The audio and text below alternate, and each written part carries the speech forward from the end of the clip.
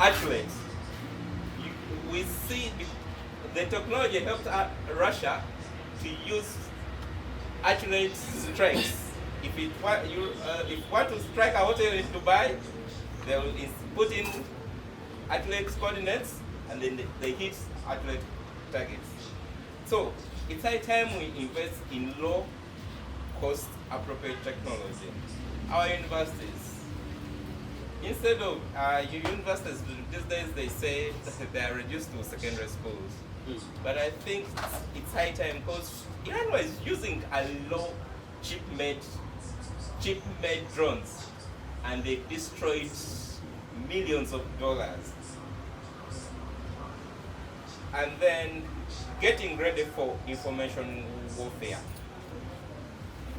Social media and digital media used in recent global conflicts are just as important for shaping security and controlling the narrative in Africa. It was more of a social media war. Washington was saying it's misinformation, disinformation, and Trump had to go to his Twitter account to post. And then I remember there were some reports, Netanyahu, they claimed Netanyahu had died. They had to, so getting ready for the information warfare. I think currently we are fighting the information warfare. One reason I don't like TikTok in Uganda, it's because it gives a lot of misinformation. It's high time, I think media was proper when it's so censored. There's this Watergate scandal. Recently I'm going back to review the Watergate scandal. And I asked myself, if media wasn't censored at that time, I think the US would cease being a global power. So it's high time for Africans to get ready for this information warfare. Patrons, as I'm opening up this page, we began by looking at a journey of a simple object, a phone, to understand the vast, fragile web of trade we rely on. We have looked at history of global shifts and the sobering reality. Now we understand that disruptions we see in the headlines, the blocked routes and the targeted infrastructures are not just accidents, they are messages. I saw the US fighting the US stock market. Most information, Trump must have how to release information which is going to impact the stocks, how the market moves. So this whole thing, at a certain point we saw there were not accidents. They were just messages. Africa must take charge of its own resilience by building decentralized, strong, robust systems that match its diverse realities and avoiding rely on single points of failure. It bothers me a lot. I don't know why we rely on the Mombasa-Kampala corridor. We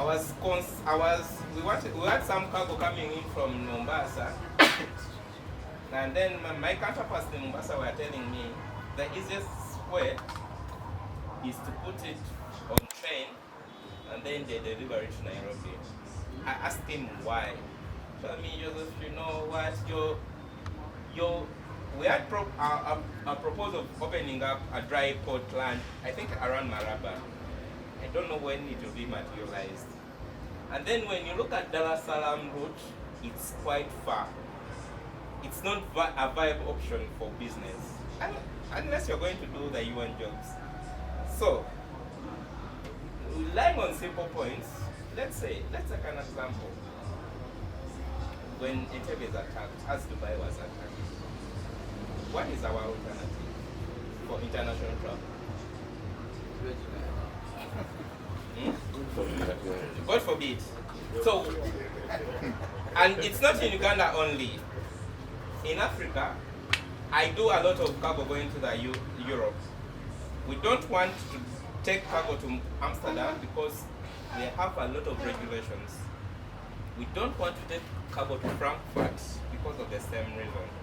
When they test your, let's say, pineapple, and they find some chemicals, because for them they test, they'll just ban the whole shipment. What happens? We have those, we call them weaker ports of entry. Take your cargo to Brussels, they put it on a speed rail or a truck.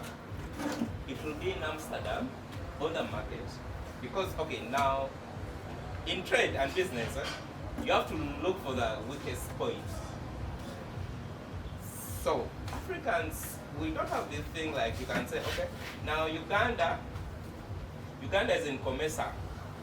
In Entebbe, we had a thing last year. Rwanda produces winter jackets for Waikiki. Waikiki is a very big store, franchise. So I have my friend who went to school with when she works in Kigali. So she called me, Joseph, I'm in a situation. Remember that conflict of Red Sea, where when it was blocked? She had a situation, they deliver on timelines. So, Rwanda didn't have space, because now, every airline was converting. China just resumed production. Airlines were converting sea cargo into air cargo. And in business, you go where money is.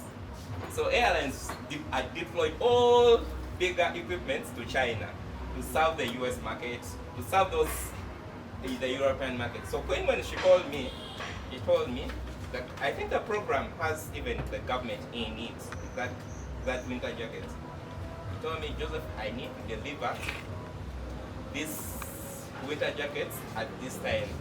I told her, I have nothing to do. She told me, I'm coming to Uganda. We are going to look for a solution. We looked for a solution, we failed. We looked at these countries, Tanzania, Kenya, Uganda. So, the economic scale and the non-tariff barriers, so shipping the cargo to Uganda was easier. Because Kigali, Katuna, drive to Entebbe, offload. But we didn't have space. We looked at Tanzania. Queen, she has a lot of access to information. She told me, let's not try Tanzania. Tanzania had a lot of supply. But when you look at the documentation and the paperwork, it was making a jacket more expensive. And she told me, this money is already paid.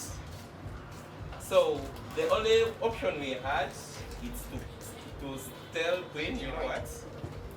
You have to go and sit with the Turkish, tell them, I'll deliver your jackets at least, because they failed. That's happened in Africa a lot. I think Kenya is trying to improve, but I doubt. Kenya has a lot of supply, but because those flower mafias, we call them the flower mafias, they drive the demand. So, relying on simple points of entry, it has cost us a lot. For the first time in 15 years, I was home watching TV. Currently, I watch movies. I don't watch movies. People know me, read, work, go home. But I had nothing to do. COVID will remain working. But these conflicts in the Middle East, it brought everything to a standstill. It means everything we do in Africa. You think about how many trips have you done to Dubai? And how many trips have you done out of Dubai? History teaches us one brutal reality. Power does not end quietly.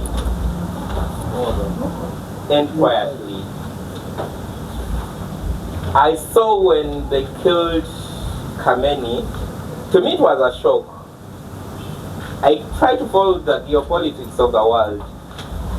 I thought Kameni is untouchable. When you look at their web of the mountains, they've built the mountains and bunkers under the mountain. I thought Kameni will die a natural death. I didn't expect Kameni to be, because when reports came, when the first reports came out, he's dead. I said, no way. In me, I thought Kameni is down like 100 foot down in the ground, but power didn't end quietly. Currently, business is down. People are losing jobs in the Middle East.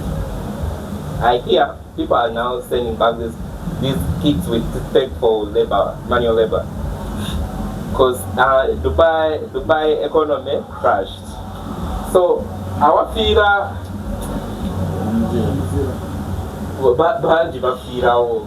So that's power does not end quietly. Kamena built immense power around himself. We didn't expect for him to die.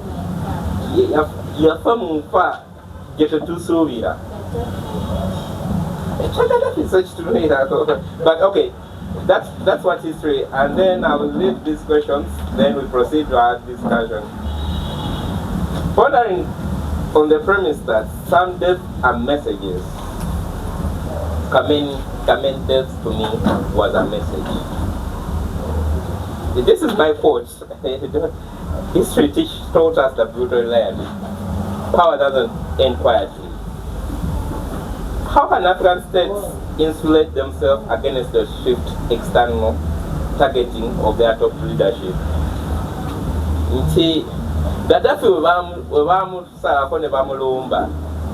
So how can we insulate ourselves against that shift and external target?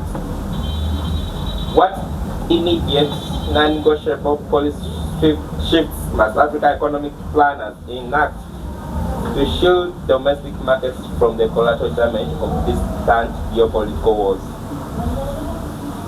Should we continue to rely on traditional bodies like African Union, or must we forge leaner, interest-driven regional blocs to defend our sovereign economic space? Should we empower the East African Federation more? How do we move beyond reactive policy to build a structural immunity for our supply chains? I presented this in a supply chain professional perspective. Thank you very much. Let's give him another round of applause. Thank you very much. He has ended with a few questions which he has asked, and I think we can even begin from there to ask a few more questions. When the African Union started, the African leaders probably had similar ideals. But now the rulers that are in Africa, maybe most likely they don't have similar ideals. They don't have similar ideals. So starting up another African Union number 2, or African Union number 3, or some other may probably not be very practical for us. Secondly, we have talked about information. In our education system, we had a conversation about education and talked about many things concerning education. That what we study in school may not be very relevant to what we do in life.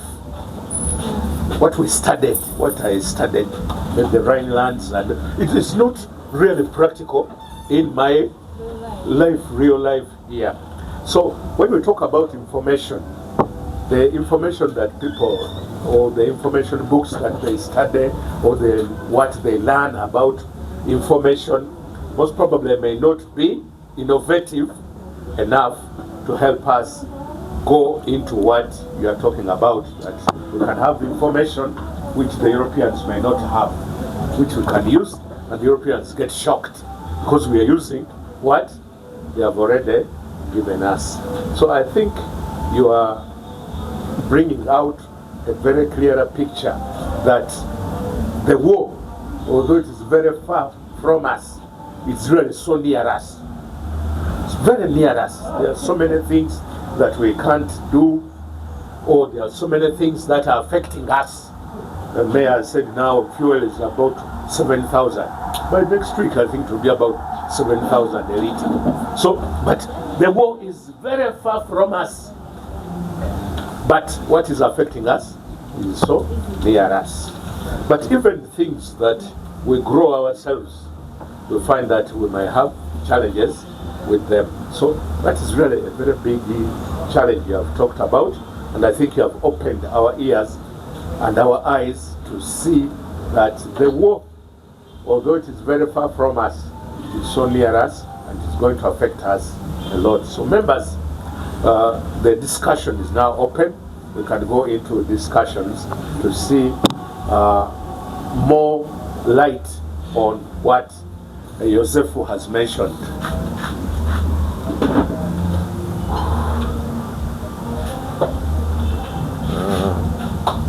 Mayor, you would like to start?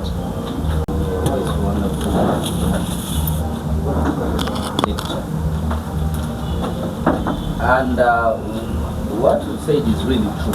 Africa, we look to be stuck in the absence of these controllers who started as our colonial administrators, the brackets of helping us, when in actual sense they want our raw materials. However, if globally we respect each other's principle, we may not have seen such. For example, as long as Iran was okay with Khamenei, what was the problem of Khamenei to other people? Okay?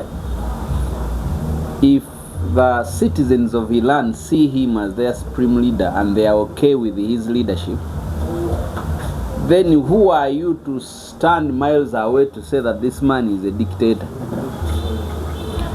And you also condemn him of making nuclear weapons when you also make, but for you say you are safer with your nuclear weapons, but for him is a threat to the world. Now, most of these conflicts you see, it's the white man is making.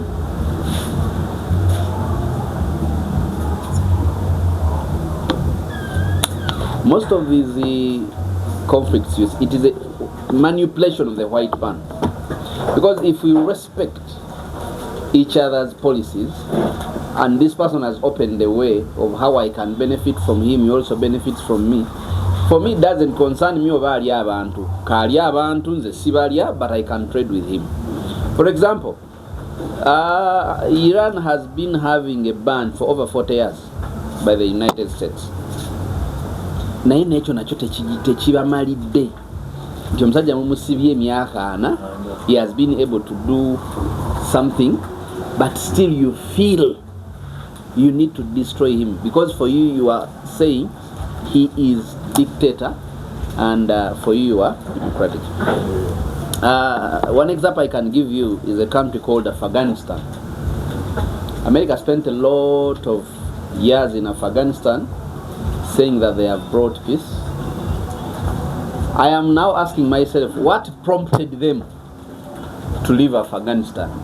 Don't you think that the resources they wanted probably had got finished, or they had stolen enough?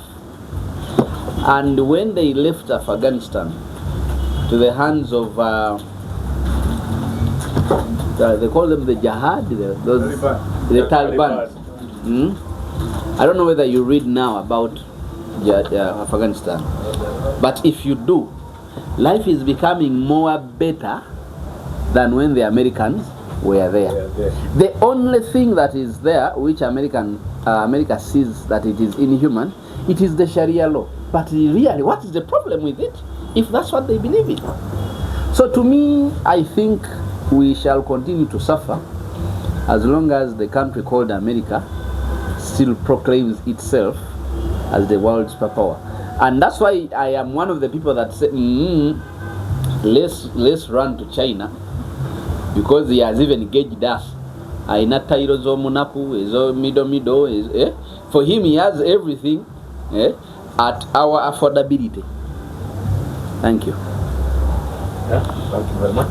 So, sorry, Mr. Katamba, my concern is always about information flow and communication. And as we always do what we call research, and I was having a light moment with the engineer here saying, you always tell us to Google. I hate that word Googling, because the people who feed their information put what they want to be out. When you look at this war, anyway, before going to that, I was going to ask you, where did you source your information from? Because we have seen, always, we have praised America in so many movies. America looks the greatest, just like we assumed the caucus comb was hot until one animal attempted to touch it. And it was the total opposite, so cold. So we have praised the US, courtesy of its movies, its propaganda in the media, its propaganda machines, the CNNs and things like that, until someone attempts to confront it and realize, these guys are really fucked up and weak. So some of this information that we usually consume is actually totally wrong. And the first casualty of a war is always the truth. True. So when you are looking at this Iran-US war, we should also wear another another pair of specs, using our own judgment and understanding. Because which country, for example, countries usually classify their budgets when it comes to weapons. But America usually goes ahead after classifying its budget to portray whichever weapons they have. Now you look, we made this fighter jet, ABCD, and they give every prescription of that fighter jet. Which sensible country can do that? And we have seen, until yesterday I was following some media outlet where someone said, it looks like Russia has directly entered this war. And you can no longer strike Iran the way they were striking it. And even Iran, when it was launching its missiles and weapons and whatever, it caught so many people off guard and surprised, because they didn't know it possessed those weapons. I believe that's what every country does or should do. I was following this former CIA guy who is usually interviewed. I believe you follow him as well. And he gives his own aspect from what we see in the movies or watching on CNN and things like that. So, for me, whichever discussions, I'm not refuting, but all I'm trying to implore or ask you, what or which are our sources that we get this information before we praise these guys who assume to be the big guys. And understanding, as I conclude on that very aspect, is at a certain point where you call the Khamenei a dictator. Trump is a dictator. I felt offended by that. I wanted to raise the point of order. I also have a question over that. Why? Who is a dictator? Because Trump is a dictator. Why? American is a dictator. As well as stupid dictators who portray themselves as being democratic in whichever sense. Good enough. Now the social media that has come out, everyone is a journalist and can access information one way or the other. I followed this America scandal sometime back when Sweden actually recognized Palestine as a state. Because Sweden has not been to war for the last 400 years. And so many Swedish guys are my friends. So we always had this kind of discussion. And it's from that point, I think around 2012, that I developed another thought about US and how they portray themselves. So usually, as you bring out all this kind of information and how we want to localize it, what are our sources? Because what I have realized, what we take us to be our sources, and what these guys are putting out and distorting the real facts. It's what they want us to hear. Yeah, they want us to hear. It was simply in that context. Can we always analyze these issues, applying another pair of specs? You get what I mean? You see, that question, I've had several debates about sources of information. Professor Lunyiigo, I don't know. Okay. One of my late uncles, Professor Ignatius Kakanje. He was at Makerere in 60 something. He was my uncle. So they used to travel to libraries in Nairobi, sit physically in libraries, go through the medical journals and get what they wanted. Yes? I think you ever witnessed. Yo. So information has evolved along. So then we got the internet, we got the social media. I started working in 2000, I think it was 2009. We used to be on Facebook. So currently, we are into digital age, TikToks. So on these phones, there is a app. It's a paid app. People don't like it. It's called Substack. So should I call them? They are those journalists who you're not going to find on the mainstream media. So currently, you will have to get the information, every information, on the phone, or off the phone. I watch YouTube. The channels I watch. There's an Indian lady. She retired. She was a first post. The reason for her retirement, I think, basically, she was against what? The Washington administration. I watched YouTube. I read. There's some documents which comes along your way. If you want to understand Israel, Russia-Ukraine conflict, there's a book. It has never been published, but it's an ebook. It's like 24 pages. The guy asked questions. How? I think I'll have to look for it. He was saying how the West led to that conflict, and he gave his facts. Julius, currently, you will Google, as if a Lydian can know more about me, if I'm working in office, I'll be on YouTube, watching a podcast. Of late, I've liked who watches Mwenda, Kapshenga, and Onyango podcast. So, information currently is all over. It's not how the professors travel to Nairobi. All they used to do, I think libraries, when I was still young, we used to go to St. Matia Mulumba, St. Matia and sharing in Zambia to sit in a library to acquire information. Currently, you have to get information. Like it or not, I have an active Twitter account, but I don't follow everything. That's why I said in my discussion, I hate TikTok. Because I see a lot of misinformation. But there's a lot of good information on the social media. If it wasn't social media, and secondly, I follow a lot of the stock market, mostly New York stock market. So if you're going to follow the stock market, you will have to know the factors that influence the stock market.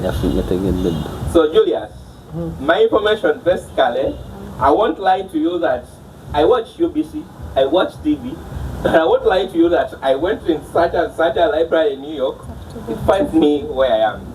Sometimes I Google, sometimes I watch YouTube, sometimes I hear podcasts. When I'm walking, there's a podcast I listen more. It's called Let's Talk Supply Chain. That lady, I've listened to her for the last 5 years, but she hosts a lot of different. So, technology, I have a lot of screens with me. I always tell Mukade, Mama Wangi, this is a screen, it's enabled. This is a screen. That's why I always tell people who are below me, you have to seek information. When I was growing up, it didn't happen because at home we used to listen to BBC, Radio 1, and it was mandatory when we were at Jaja Mukade, Salongo Jingo. Because by that time, even when when FM came to the airwaves, they stick on listening to BBC. But I sometimes asked, why were they forcing us to listen? I've listened to BBC Focus on Africa ever since I was growing up. Up now, right now I listen to the podcast because I can't tune to the timings. But I think this professor, they know the BBC for the hard talk. So information, it's at the palm of our hands. I sit at my bed, I'll get the info. But here is a tool. Journaling and writing down. That's where our generation is losing it. Because you see all these things, I have a notebook, though I left it at home. I have a poor handwriting. So when you read, you note it. And then when you start using the spreadsheet, all the words, you come and piece up what you have gathered. You can no longer travel to Mombasa to sit in a library. I don't know, the last time I used the public library in Entebbe, I don't know about this membership. But I pay for libraries all over the world. Mr. Katamba. Yes? His point was actually not where he's not doubting, Yes. but he was like, don't you think that those that are distracting us from what we are discussing are the same people putting the information that they want you to do what? To consume. You see, that's where his remaining. I've followed a lot of people. Okay, I'm in a digital era. Who followed Candace Owens? First time I didn't like her. Yes? But when she went against the APAC, there's that umbrella. Is it America, Israel? The APAC. You know APAC? When she went against APAC, I said now, she make, and then now there's Tucker. You know Tucker? And there's a lot on Twitter. The people I follow on Twitter, sometimes they ban them. I say, okay, now they're banned. But again, I watch CNN. But let me tell you one thing. I tell people, if you want to be one of my Indian guys who nurtured me in business, he told me, Joseph, when you wake up, you have to read a leading government newspaper. Because newspaper is one, government is the first source of information. If you want to know a lot of, yes, Leah, you're coming in. This is the thing, Joseph. I think the two of you are departing. It's not that you have not read widely. You have read widely. My but sources. Probably the two of you, for instance, the example you gave of Khamenei. I know we are coming to that. Of Khamenei, he thinks probably he's not the only dictator. No. Your version. We are still on the information thing. Where do I get my sources? My argument is I get my source from this phone. Good. And from this phone, I note down in my notebooks. And then I piece it up together because I watch the government media, I watch CNN, though I don't like it. I wish I could get access to Fox News, but we don't access it in Uganda unless you go on YouTube. But I gather information from all sources.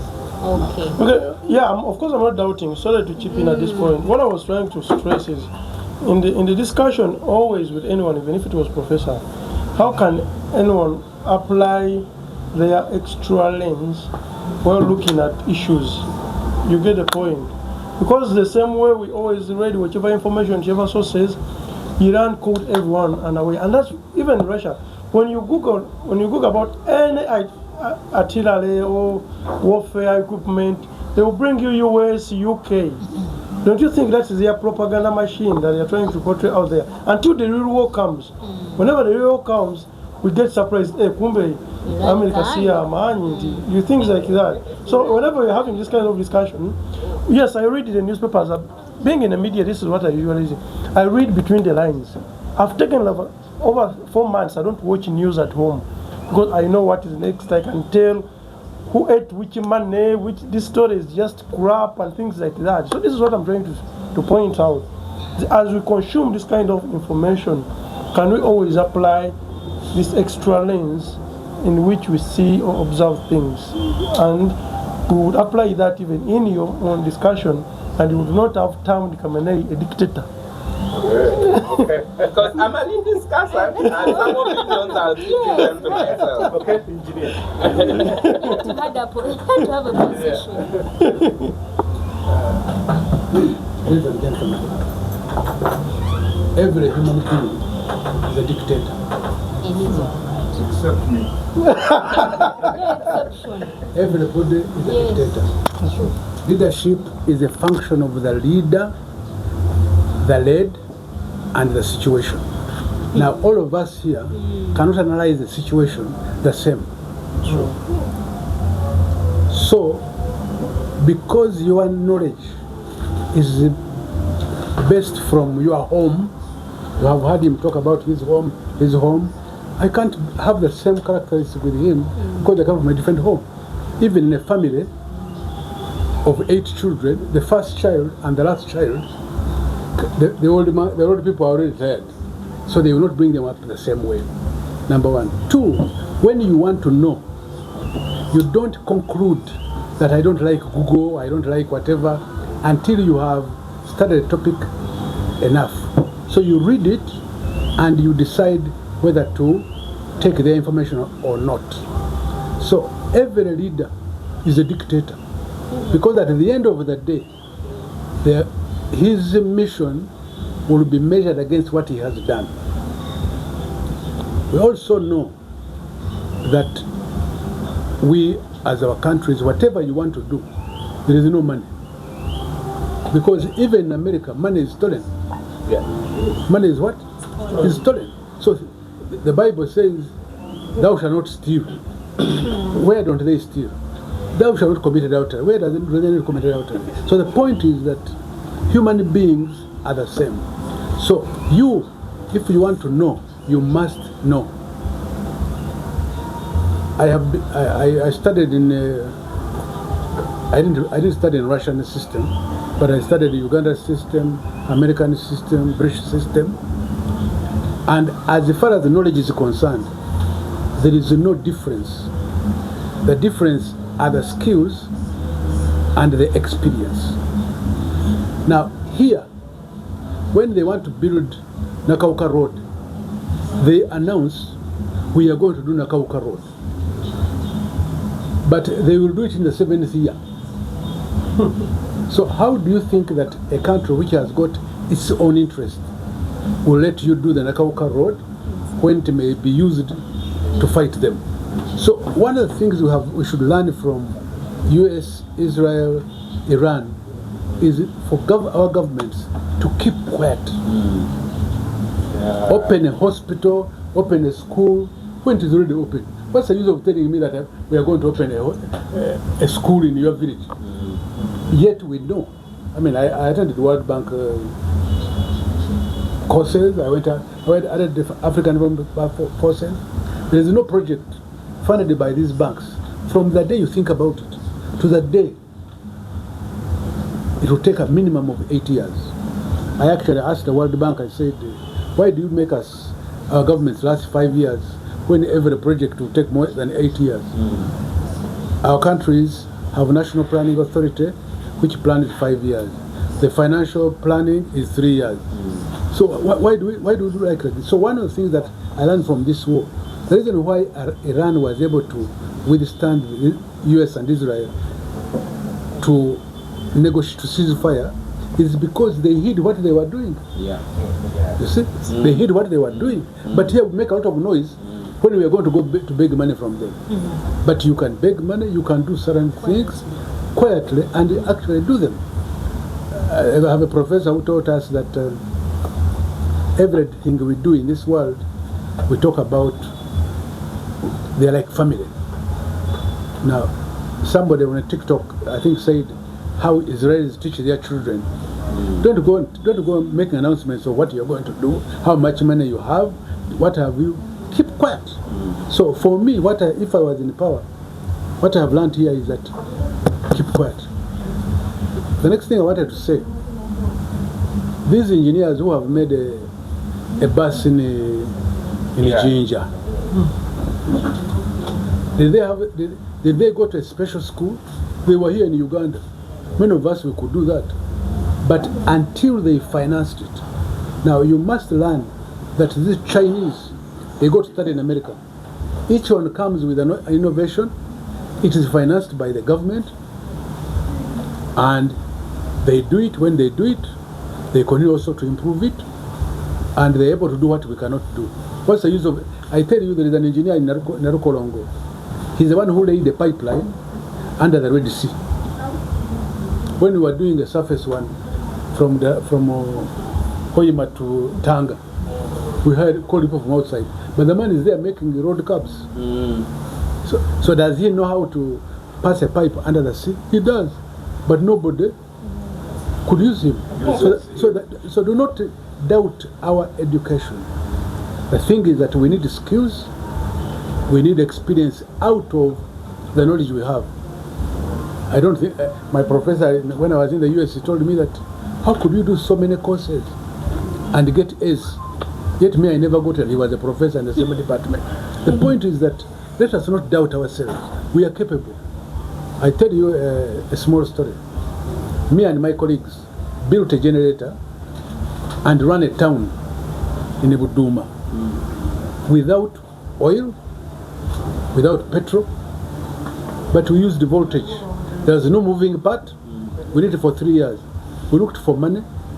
We looked for a man in ESCOM to finance that. He went to Norway and they told him, how can we give you money to make a generator which doesn't need oil, yet we market oil? So the point is that what for me I learned from these people is that they do things quietly.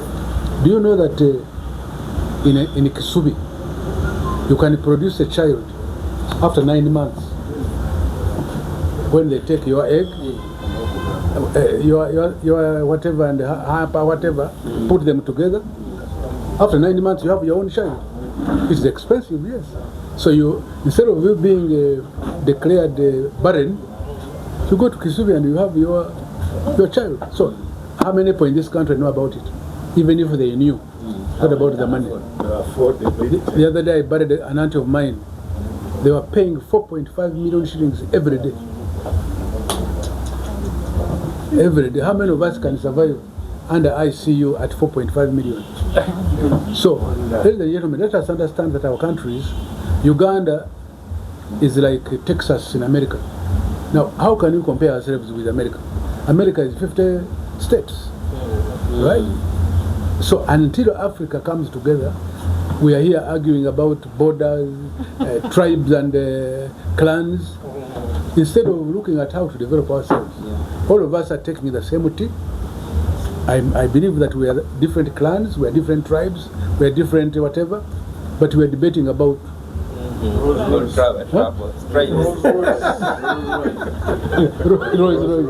you get it? At the end of the day, you find that every car is the same. It gets from one point to the other. So our country needs think tanks to come together to solve every one of our problems. But when you are able to explain things off, at 45 you are told to retire. You die with your knowledge. You're going to grow cassava. You're going to grow cassava or goats and buy land in Bugorobi. That's my position, ladies and gentlemen. Thank you. Professor. Thank Joseph Katamba for accepting our invitation to lead this conversation. We are greatly honored. And I hope people from your group will come here to lead other discussions. I'll begin with a digression.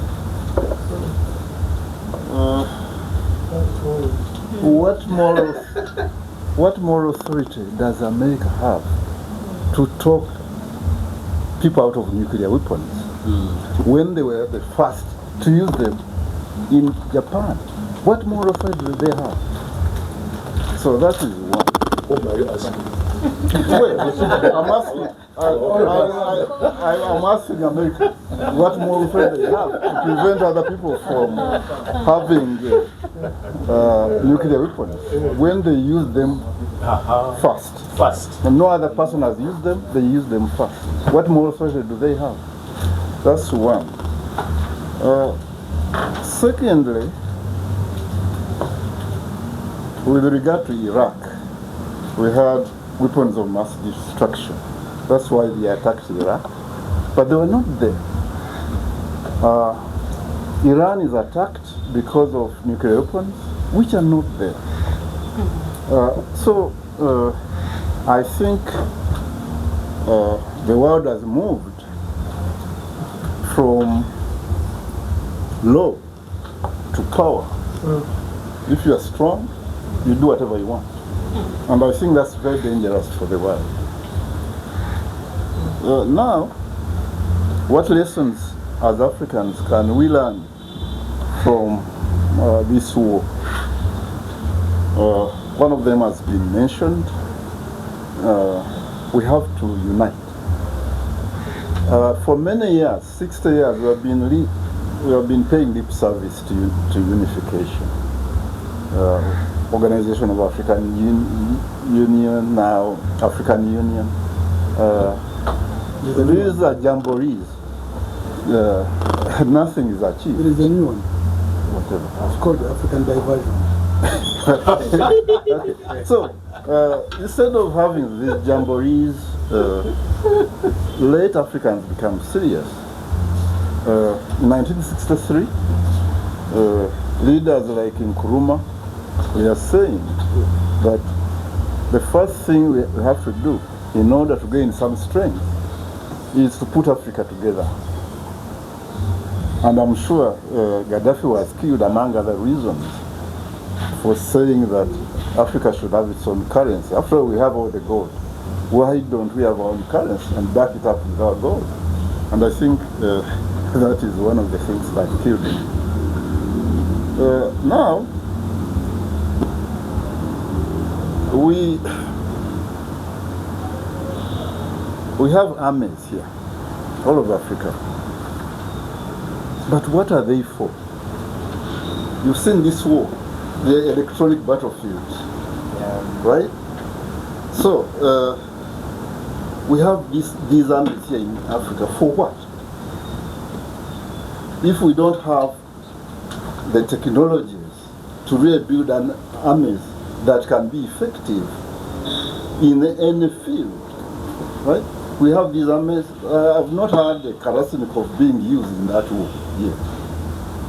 They are not using. They are using battlefield, electronic battlefields, and now we have these armies. But what are they for?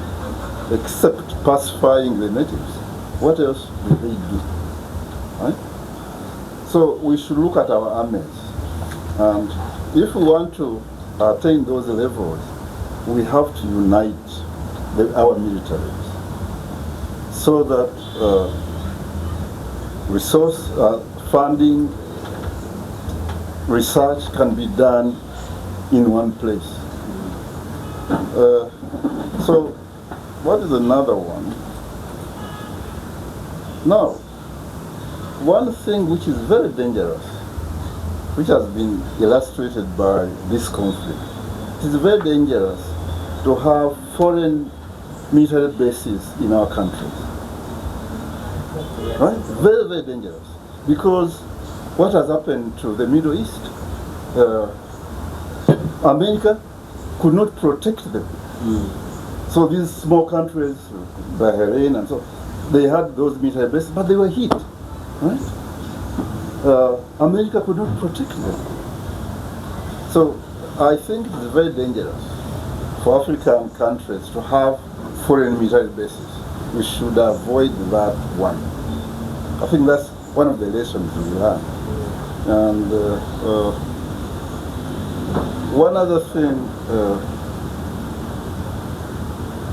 America is 250 years old as a nation. Yeah. Iran is over 4,000 years old. Now, we should note that those experiences are very important, right? If you have been around for 4,000 years as a nation, right, there are a lot of experiences that you have accumulated. And I think that's why Iran survives. It has survived this war so far. 31 commands, right? We have one command, 31, so each of them is independent, right? So you cannot really argue with the Taliban. they have been there for a long time, and I hear that today they have the best mathematicians. That's why they are leading missile technology, right? And now you brought in the asymmetric warfare. And I think that's what we have to learn, that Africa should concentrate on the small things. Right? Some of them can even come from our ancestors. We can refer to what our ancestors did and do the small things. It's by doing those small things that Iran has survived so far. But I think the Americans and the Israelis thought that it was going to be a weekend job. That's what they thought. But the resilience of Iran, I think, should teach Africa something. Now, I say something about information, although I've got information gurus here. Yeah. I hear, and correct me if I'm wrong, that Jews control the flow of information around the world. Right? So, what we hear, the Jews have a hand in the flow. And I think this is the power they have. And I think it will be very difficult to dismantle it, that power. Now, we have resources here. But, for instance, Africa has got a lot of oil. But the oil, the crude has got to go and come back and refine the oil. Why don't we? And Uganda is now building a pipeline at great expense. Wouldn't that money be more effectively used if we built a refinery here and supplied ourselves and our neighbors? And we wouldn't be crying now. If we had a refinery, we would be refining our own oil and serving our own people. And other African countries have got a lot of oil. So why don't we leverage this so that we don't cry each time the gap of the Strait of Hormuz is closed? But of course, this will depend on a new type of leadership in Africa. An Africa which goes beyond. You know, the most interesting thing about Africa is that these nations, so-called nations, are not ours. These are colonial nations, which we hang on to, right? Uganda is a British project. It's not ours. But now we are so fascinated by Uganda, right? Why? It is not ours. It is a British creation, right? So why don't we go back to our ancestors like Nkrumah and think of an Africa without borders? I think that's where our strength will come. Information. In 79, that's almost 50 years ago, America was buying crude oil and pumping it underground because they knew one day there is going to be a shortage of oil. Now that was 79. Can you imagine? So now it is still underground. It is still there. They know that one day they'll have. If there was a war today, you will find that all of us don't even have a bunch of matoke in our own houses. I think it's one of the tactics they used. They had to release some of the oil in their reserves to control the. But underground and purified. Professor, you asked what more authority does have. I think this war was not more of an American war. When you look at Trump, Mukodomiwe, when you look at people who were in the negotiations, and then I looked at it in this perspective. Obama administration refused to attack. Hillary Clinton, they refused. Biden administration, they refused. Until the Jews got that one person, they could force to attack. So I think this was more, in my opinion now, it was more of a Trump war. Because all other administrations, they weighed the options. They were against the odds. And then they decided to take a better approach. I remember Trump had even to send a pallet of currency to Iran as an option.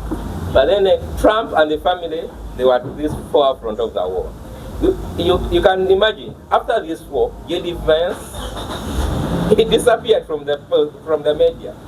I don't know, maybe I don't follow J.D. Vance, maybe they muted him. So it was more of a Trump war. Yeah, but sometimes I don't know who the president of America is. Is it Netanyahu? Is it Trump? I think it was Netanyahu in this. You see, I think it's the Netanyahu war ruling America right now. Yes, engineer. In Uganda, what do we say? Akusinza mani. Does he have to debate with you whether he should beat you or not?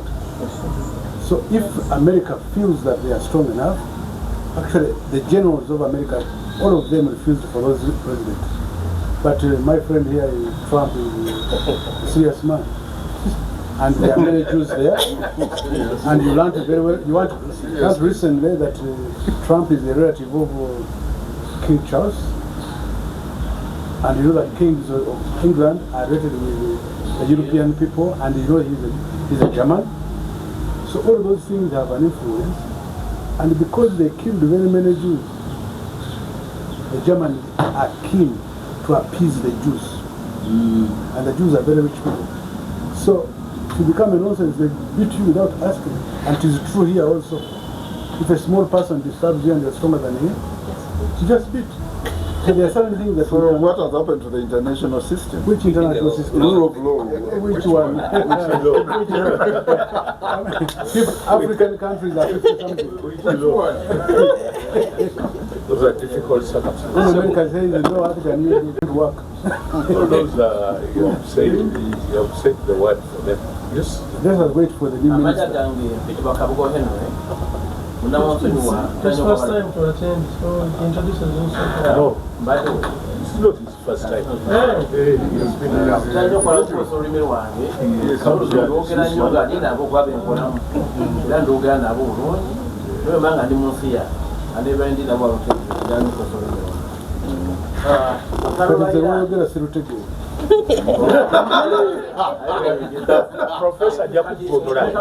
Professor Jakuvunura, get a bus. Ndibideko ebintu bingi ekisooka abafirika oba baddugavu tukkirize tetuli baddugavu era wano wewaffe era wewalungi Canada si nnungi okusinga Uganda oba Kenya oba Europe nnungi okusinga Africa tumale okukkiriza tobuddugavu si kikolebwa wabula butonde era ensi zaffe zennungi katumala ekyo tuzimba amagezi kubanga Iran yo bagitekako naki ba mu 79 naye basobodde okubeera nga bazimba amagezi bagazimba bati mu Africa twafuna ekizibu ojasanga boogera luzungu Lufalansa abalala boogera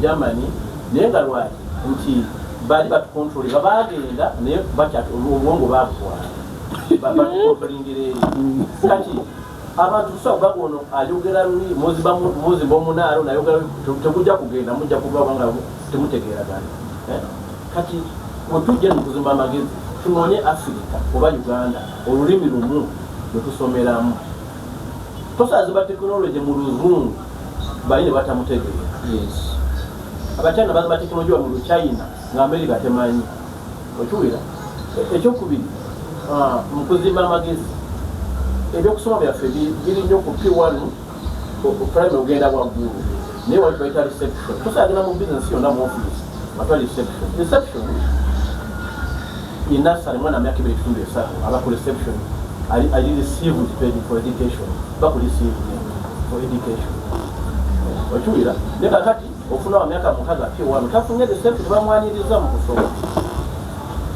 okiraba kati ekyokusatu tukuze abaana ng'abaana okiwulira ozima omuntu omugezi tozima muntu wa myaka 2 oba 10 omuntu omugezi omwana bamuzimba ova ku ndyayi ova ku ndya y'omwana enzijanjaba bw'abaana ne wano mu Africa omwana alya ng'abantu abakulu osanga amaka ng'omwana ali emmere emu nejjajja mwana wa mwaka gumu ali emmere emu nejjajja nesenga nekojja ozima muntu omugezi alya balugu bw'alwala omusawo ajanjaba omwana yajanjaba n'omuntu mukakiriniki omwana omujanjaba nga muntu mukulu kati woba olunaku tusajiwa ku mmere yankoko mukulu oliwa kitmat oliwa yenkoko enkulu ekona yakula abo abantu balisa abaana ng'abaana basoma ng'abaana bajanjaba ng'abaana mu nnimi zaabwe kati waliwo ensi singa mukigenda ensi bakita Canada baagana okugatta abantu ab'okuluzungu n'olufalansa bw'ogenda ku Quebec boogera lufalansa bw'ogenda eri bakulakula baa buli omu wali communication bajamu mundiro n'olufalansa for better communication okiwulira olowooza China be bakola folk bakola bundi waki baliisa buti for identity aliisa buti mu China aliisa buti for identity ne kati bw'okuyita omuntu gwawulira oswala tusome bulungi tulye ng'abaddugavu tukule ng'abaddugavu Africa yennungi okusinga ensi endala ekyokulwa ekirala batusanga tuli Baganda tuli Banyankole tuli Balugwala naye nga twali tukulakona omusajja yakola olubugo oba yewandire naye tamanyina tiyakola kwesona mu textile technology naye yakola olubugo yalweka we luli kati Germany yagala kulufunako omunopule nga lwayo okiwulira naye nga lwava wano naye omusajja yalukola kati twawula amagezi ku lulimi omuntu okwokola oluzungu sikiraga amagezi obulaki bata critical thinking okuyiiya kyenkuba oba totonye ofukirira togirinda critical thinking curiosity okwagala okumanya buli kiseera lifelong learning si bwova kusomera kino omaze okusoma bwoliba obusomesa myaka gy'ensanvu kati enzija gyebajajaba omusujja myaka gy'ensanvu giwasoma yatuuka naye gwe tewaddayo wakoma ku ekyo lifelong learning tusoma ndiguli naye bandiguli okeryawo toyongerako kumanya then okusoma tukujje mu bibiina tukutwaleko wakuli omuntu asoma nafuna diguli kati ndi ku nnyanja nebakwetira omusajja alina PhD mu masters mu fisheries omulagiri naye kati guli enafu twafunye ekirabo minisa wasiri wa fisheries weebuvuma kugadde mumanyi musono gwaniwomuku tetugenda okusobokerako okutuusa amateeka ebyenvuba nnimi zonyanja tugabagabire abagezu kibona kyabula Abaganda bagabire amateeka mu nnimi envunu bategere etteeka okiwulira kati badde nga abako existence nti nze omuzungu yankata ku Munyankole ku Mulugwala ne ku Mutapadola ne ku Musaala naye nakkiriza ebatugatta kati batukata tufune media exchange eya language twogere olulimi mu Uganda kati kuba existence nti nze mbeera nkya n'Omunyankole mbeera nkya n'Omusaana so sigamba kya omusaamya yanzaba naye oba olina edduuka sente zibakwetangulemu ensaamya n'eŋŋanda nga tonawalina muzungu oba mu America oba mu China lwaki ovumirira omuddugavu muno omulala ko existence nafuna omusali mwana muto wa myaka ogaga 17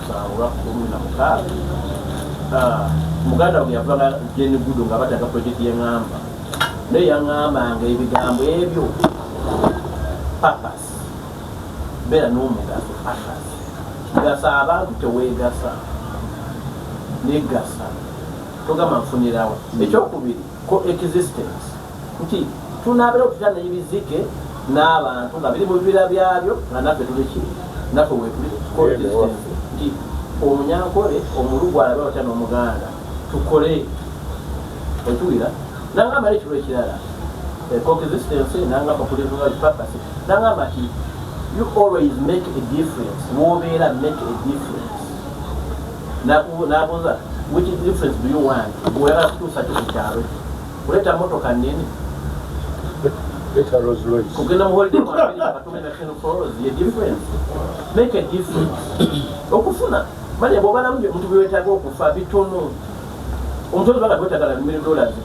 Naye n'oba ng'onna $1 million 5. Kati ojja kufa nga $1 million ana tugakozesezza. Niyo siru okyapayiringa. Naye tukoze difference mu kyalo kyo. Akakuba kamu keewuwo oviirako ku luguudo olunene.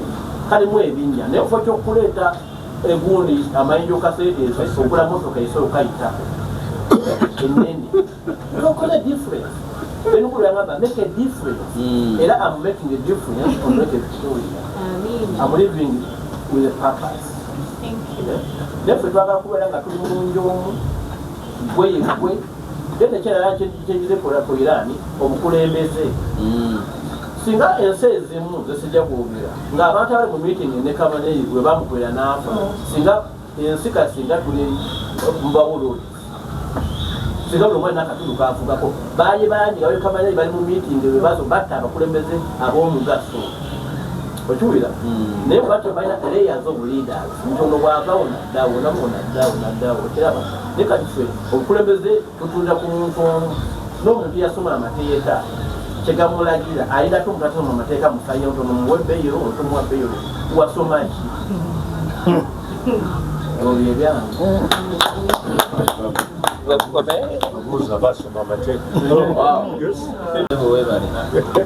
was very rich. Yes, sir.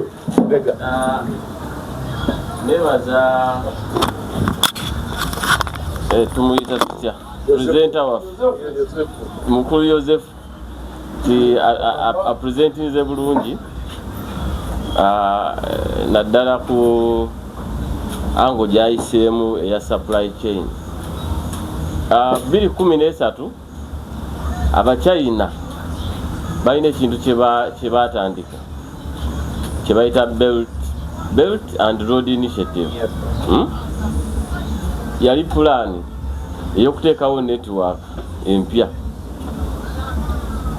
etujja ku system enkadde eza supply chain omuli enguudo pipeline ndoza ne railways na biki naye ekintu ekyo abantu bakikuba simanyi lwaki bakikuba naye bw'okitunulira ensonga ezakikubya nti bagenda kutuwa titugenda kubeera mu mabanja amayitirivu tubeere mu trap debt trap ensi gye banaaba bakoze project ezo baali baagala okugatta Africa, China ne Asia naye nga bakuleeting alternative routes ku zino ezikola ki eziriwo for example nti oba omuntu okuleeta amafuta ayina kuyita Mombasa ne gayita wali nga baga bakolewo oluguudo oba pipeline eva oba Somalia waggulu nesala direct nga kati amafuta Uganda tugajja wano nga waliwo ne connectivity naye ndowooza kyekiseera ensi eza Africa nga Uganda okutandika okutunulira ensonga eyo ng'ensonga enkulu nti luli tubadde ku bakita unipolar ng'ensi emu yeyina amaanyi bamita big boy bagagwawo nja kukuba nga bonna abakuba nakola ki nga bw'ayagala naye kati tulina engeri gye tugenda tufunamu balance of power nti ensi za Africa twetaaga tutandike okwekubako ku side eya China oba ne Russia okwegamba okubalansinga ensi tuleme kubanga tulirayinga ku mukulu omu oba America oba Bungereza. For example, singa waliwo an alternative pipeline kali olaba akantu ako balina engeri gye bakoogeramu akuka Strait of Hormuz olina engeri gye beetulayo bati naye waliwo engeri gye bayinza okukola ka pipeline ne kava wali e Iran ne kaserengeta buserengesi mu Africa. Saudi Arabia yakoze the pipe. So 50%. Such initiatives however fe engeri gye tutalina ssente zikola ebyo nti kati tulina okutandika okuva kulirayinga ku muntu omu nti tuli mu World Bank tutandike okulirayingako ne institutions endala eziri mu nsinga eza China, Russia naki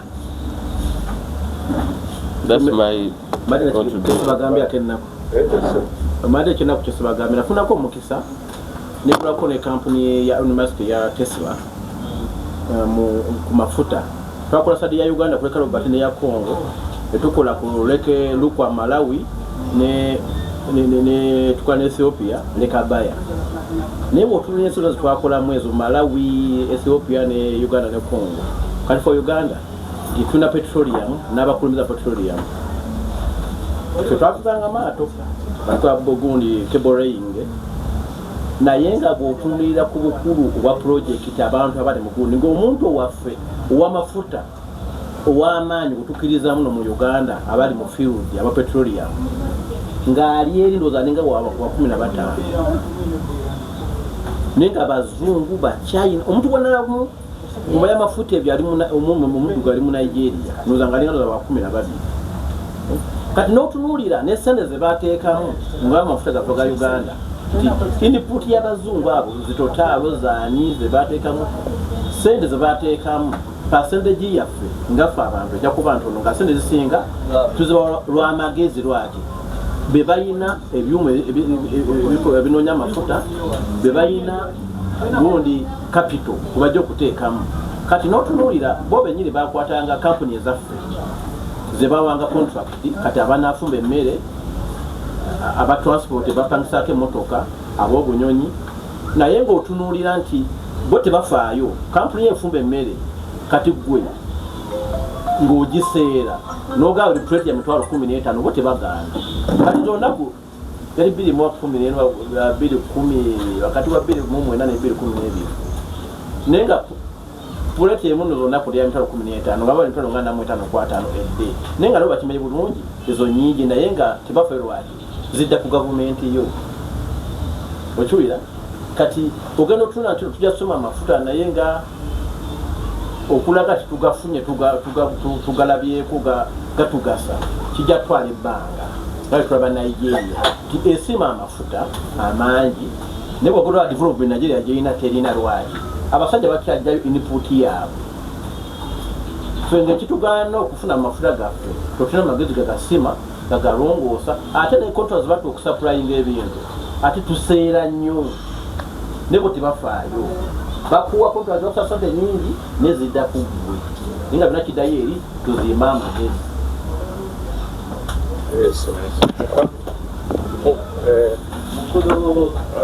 ekyennaku agenze agenda koma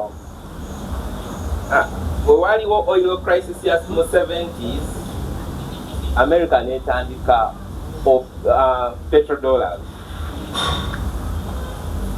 mu 2014 Russia bwe yayumba Ukraine okwanesinga Crimea yayigira mu nsobi ze yakola naye ffe wano Africa we don't learn because after that 2014 war Russia went back and built the Nord Stream because most of the energy Europe uses comes from Russia. Russia yamanya nti the chobugaga chain producing which I can use as leverage its gas. Era ne muno olutalo we see nti batuka ne bajjawo suspending the sanctions ku mafuta ga Russia for oil to come back to normal. So after the 2014 bwalumba n'alaba okay we ban blocking mbasi China chain supplying. He went back, used the Nord Stream, connecting to Europe. And now in Gambia, whoever controls the trade routes, it defines the market. Belt and Road Initiative, it's a good program, but whose advantage? The Chinese. America has access to information. Intelligence, Mugamba, CIA. We are losing. So what we will do? You will fight. You have to fight it. Like the Silk Road, Bojisoma, Yadwo, Nesanao. All trade routes are just evolving.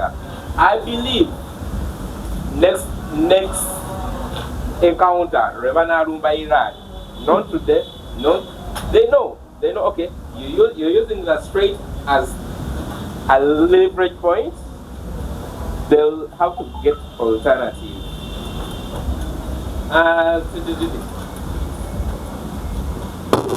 When we are Gambia, I want to look at lifestyles. Kuchen's game or Uncle Henry. I want us to look at the lifestyles of the supreme leader, Ayatollah. A modest lifestyle. Yes. You look at the lifestyle of people who went to Pakistan for the negotiation, modest. They even took commercial airliners, though it was tactical and it was a strategy. Wish I can raise a point of information on that. Or inquiry in that context. One of the skeptics who still believe maybe Ayatollah is still alive. Sorry, I work with the Entebbe before I joined the new video for 3 years. I can always look at the other side. Yes, America banned like 30 bombs on that palace. Then somehow, the skeptics are still fellow skeptics. So, I'm bringing in Chiletam context, you cannot tell me the lifestyle of the Ayatollah. You see, this comes back to the information flow in my sense. Because myself, apart from what I'm showing you here, there's nothing you can know about me. So I'm just trying to imagine the Iranian leaders who have been there knowing it and make our report. To put their lifestyle out there like that for us to see, I don't believe that. So when you are talking about the lifestyle, there's less or nothing we know about the Ayatollah. This is what I'm trying to suggest. Yes, in your opinion, and but no one have engaged with I think Iranians, they live a modest lifestyle.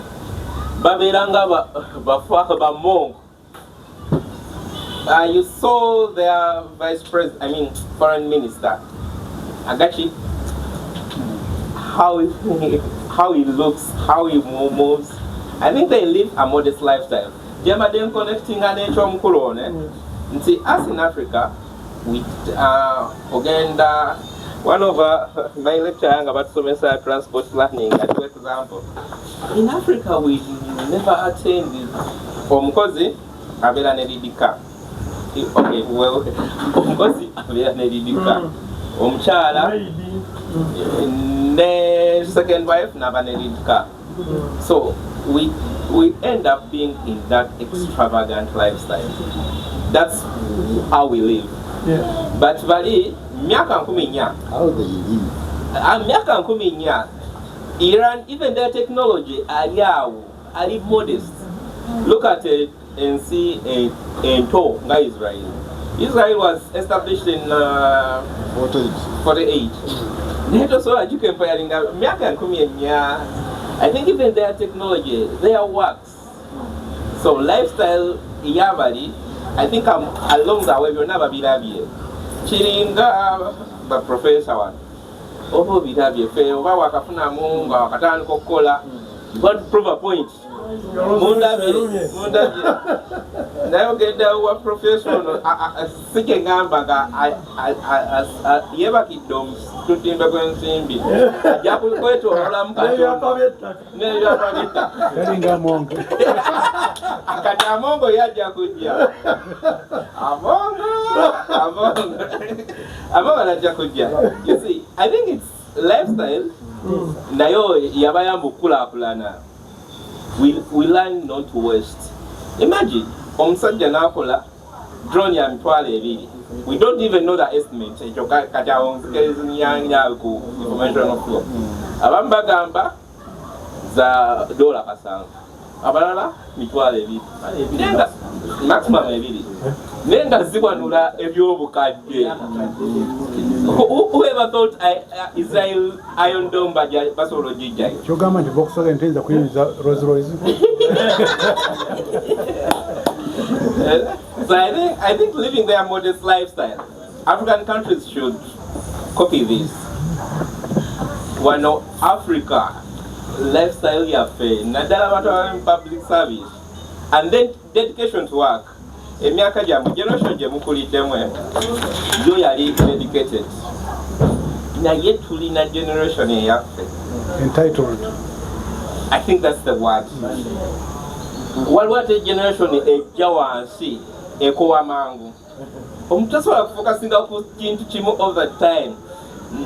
Kino nina butabani bwange bagamba oyogera nabo bangamba ekigambo paka nakati kyeneebuuza bompita anko nembagamba mwe baana basoma bagenda ku university nebafuna zi degree nga ngezaako bagamba mufune emirimu egyokukola bali awo bakwita kuyirimu mugwe anko fene tusobola kubeera naawe okubeera na routine mande ezokuka genda okole gase njagala nzukuke nga ku mande ndi mu vibe. I was telling them, you guys, mwino chikolerera kubeera nga olina kimusumbwa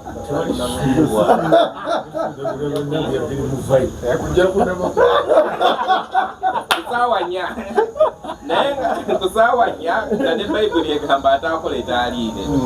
And then sustainability ensi yaffe katonda zaffe katonda aziwa emmere naddala, but just according to what happened to Iran, I can imagine, can we sustain 12 days without doing anything? Uganda? Uganda. Karamoja. Because 12 days, everything is stuck. Just right of the gari open. I think China is a chikopa. Iran yachigezezako. Okay, so here in Uganda and Africa, so Rachi in our culture, mwaberanga mu mwebatereka emmere babita batya ebyaji byagwawo n'ebyaji government byali ekoze twabitunda, right? And then fuel Uganda nga bwogambye twatuuka ekiseera nga tulina reports in this conflict. Uganda National Oil Company. Egamba tulina gatumala. Egamba sebo oliva. So and then monopoly sometimes it's not good, because I hear, okay, it's true, Yokai in charge of importing all the oil we use. No. That's what's on paper. Yeah. Nayenga. Yeah. Ani omulala atali ku bo. Ate omulala. I don't know anything about your Starbucks. Because for them, I importing through one account. Starbucks is a cool. You see, I think that's bad for a nation like Uganda, whereby when because you know what monopolies do. When a crisis like that happens, they'll take advantage of the situation, because monopolies do that. Yeah. So I think we should go back to some agreements as nations in Africa to see, okay, is this sustainable? Leka total ingiza mafuta, leka shere ingiza. Shere yagenda tedi mu Uganda. It's people. They just petrol stations. So shere is no longer. I think we should open the market further and more. Yes, engineer. There is a man in Rakai who was able to bring in money to lay a railway line from South Africa to Nigeria, from Dar es Salaam to Congo. At the stroke of a pen, he was refused. The money, the government was not going to pay anything. The money was there in Uganda. In 2001, Kampala was supposed to be developed. People came in. We shall do a study for trams for the whole of connecting Entebbe, Mukono, Gayaza, Mpigi onto Kampala with the trams. We shall do the study. We shall build the damn thing. We shall agree with you the cost we should charge per person. At a stroke of a pen, no thank you. Well, I wasn't the one decision making, but I'm telling you, we as a country, because this hierarchy of decision making is not equivalent to knowledge. All right? I understand the man, the new minister of what? Of works. I'm a guy. Yeah. He started, he's a nurse. Not a nurse, an ass, but a nurse. And, but he's a soldier, yes, but he's a nurse. Maybe the lowest level of nursing. Minister of what? Works and transport. Well, that's the young common also. Whatever he is, that person is a nurse. Then he did the comprehensive nursing. The point is that we have a lot of challenges in this country. He's so loyal to the appointing authority, maybe. Who is not?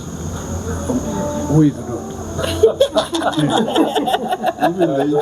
So the point is, unfortunately, because we are all supposed to live earning from our own field of study, we tend to cow down because life outside where you have no knowledge, although we need skills and experience, but it becomes very difficult.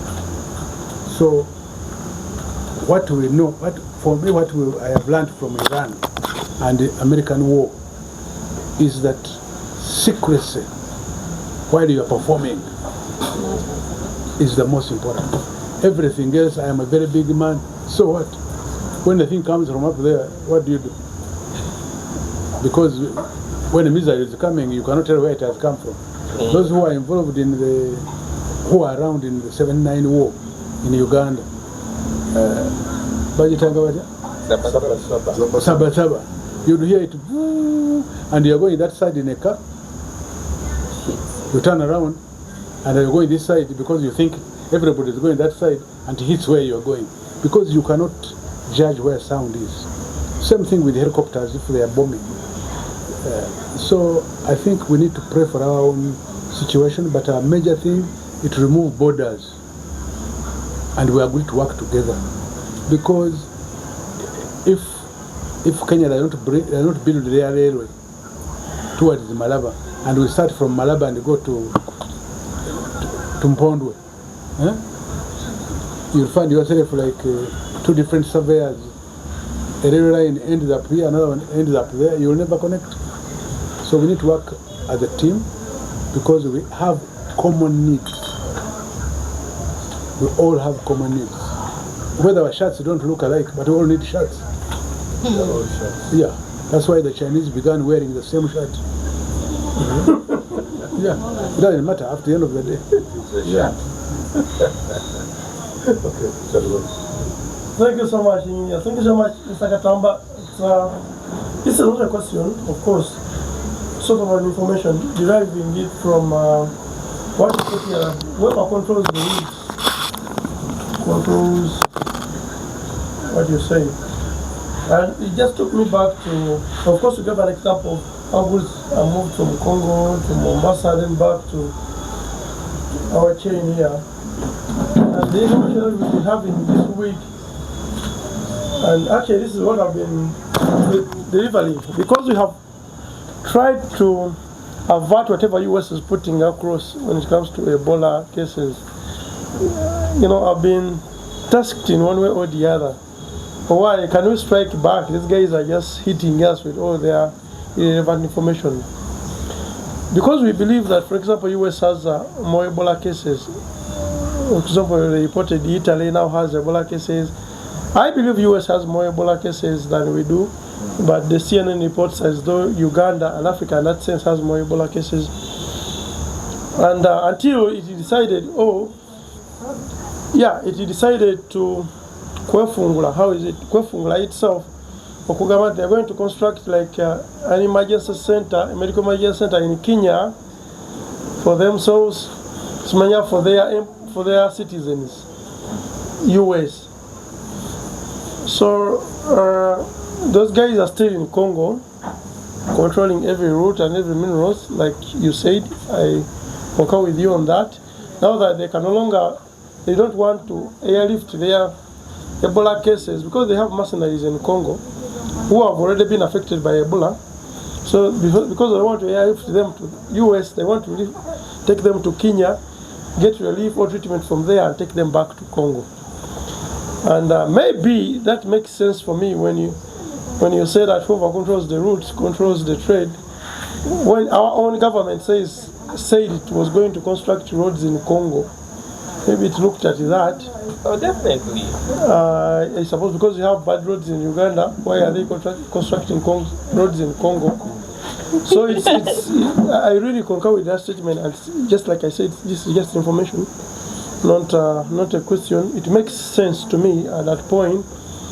Then also, the past 2 years I've had a trouble with one general who is a military attaché at one of the embassies of Uganda abroad.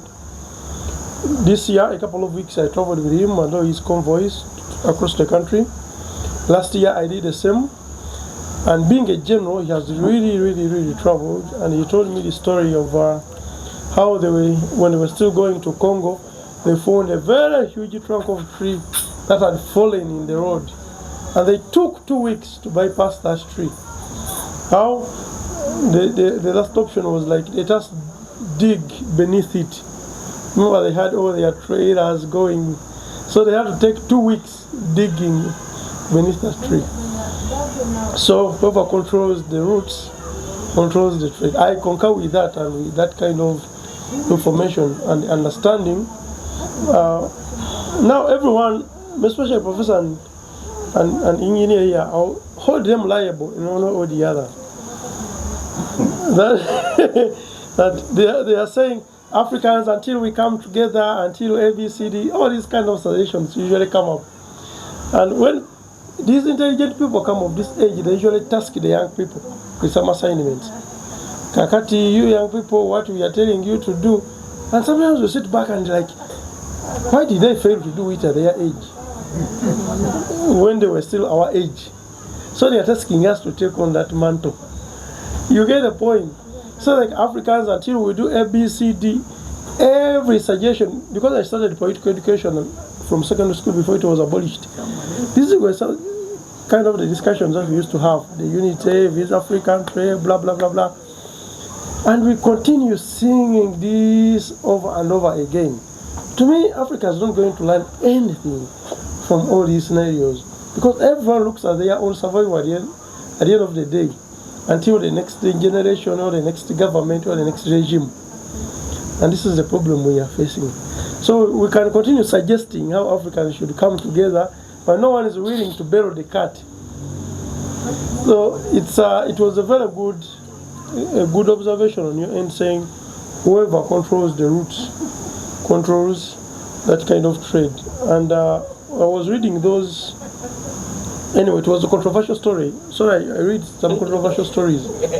When someone was talking about that scenario of how they transport the minerals from Congo and they're off any flight charters, radar, how do they call it? Radars. And it's not recorded anywhere how these guys are. And it's continuous, it is still going on. There is an interesting documentary you should watch about cocaine trade in West Africa.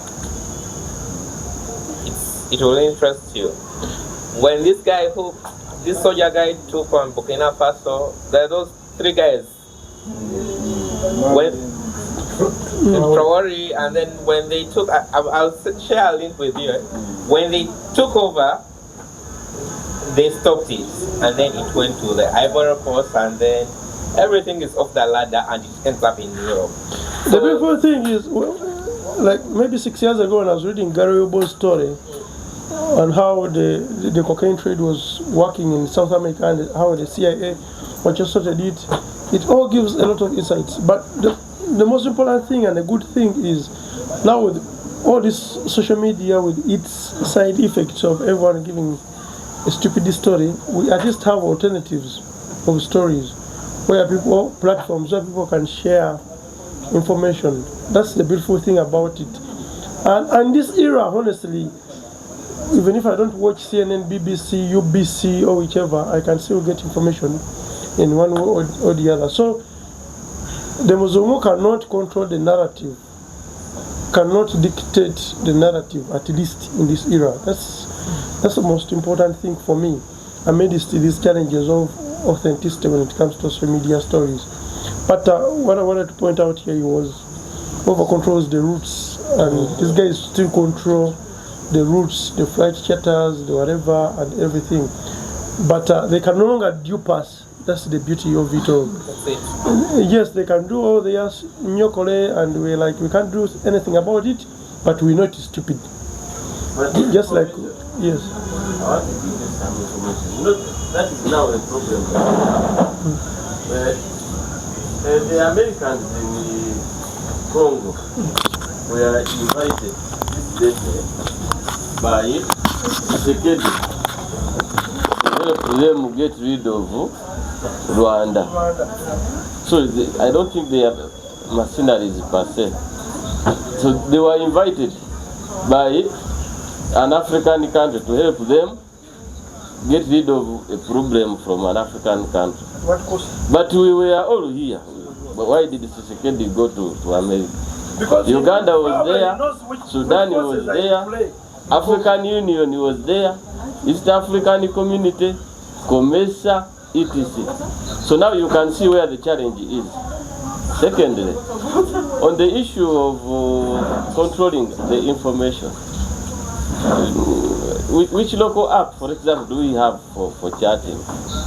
If Mark Zuckerberg chooses to switch off WhatsApp and Facebook, etc., or even YouTube, what can we use? If we wake up one day, YouTube is no longer reachable in Uganda, what can we do? Google, if they say Google now in Uganda is closed, you cannot access it, what can you do? So they will continue holding us hostage because there is no deliberate effort from us to have localized communication channels or information. For example, Russia, you remember the first days of war with Ukraine? They switched off their system, or I think the visa system, the payment system. And if they had succeeded, Russia would not have afforded to win any front in Ukraine.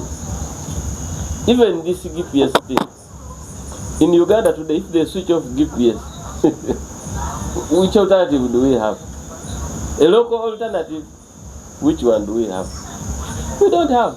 So you'll see we'll have to run to China or Russia to get a local alternative. So even that information that we think maybe is not influenced by Americans, but the channel through which it comes to us, I can assure you, there should be a gate which they can close and certain information comes or not come. And they can even edit it along with the way. You can be sending something, they put a gate and edit it along the way, and they send something different. And it will be difficult for you to re-edit it. So now, we are part of the problem. So what I'm saying is that we should also be part of the solution. So we don't, these local information, the apps, etc. If you see China, you'll find they have their own WhatsApp. They have their own Facebook. They have their, anyway, whatever they call it. They have their own, I think they call it BDS or something like that, the GPS system. If you are, this Google apps, Google Map, if they switch off their GPS, we cannot access. So now we need to have more localized, should I call them initiatives? Yes. Deliberate, it should be deliberate. That's what I'm saying. East African Community was here, COMESA, African Union. The man ran to Trump, to America, to help him. So that's my submission. Professor David here. One of the problems we seek validation. By we, you mean who? We, all of us, is my paper good enough before somebody has looked at it? He was talking about secrecy. But there is this problem of validation. I know people in Uganda, scientists, who have done certain things. They have done, I know a friend who is a physicist who has done quite a few things. And he has patents. But when people look at it, who is this one? The government is part of the problem because they don't believe in the people,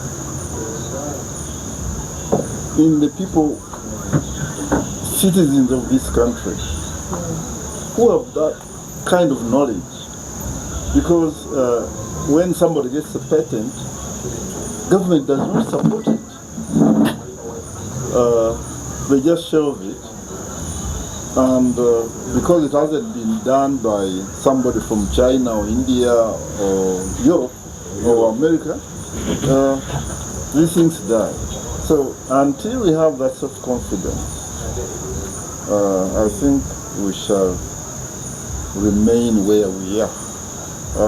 What Chilega is saying requires our own technology, right? And we don't have it for the simple reason that we don't believe in ourselves. The Chinese, they had a lost century, the century of humiliation, between 1840 and 1948. They had that century of humiliation. And they realized that if we do not do our own thing, we are going to perish. And in any case, actually they were saved by America in 1898 when the Europeans were at it again. If we divided Africa, why can't we divide China? And China was very weak. They could have divided it. But he was the Secretary of State, the American Secretary of State at that time, I've forgotten his name, who said, no, let us exploit China together. Instead of taking parts, bits and pieces of China. And that's how China was saved. So this weakness in Africa,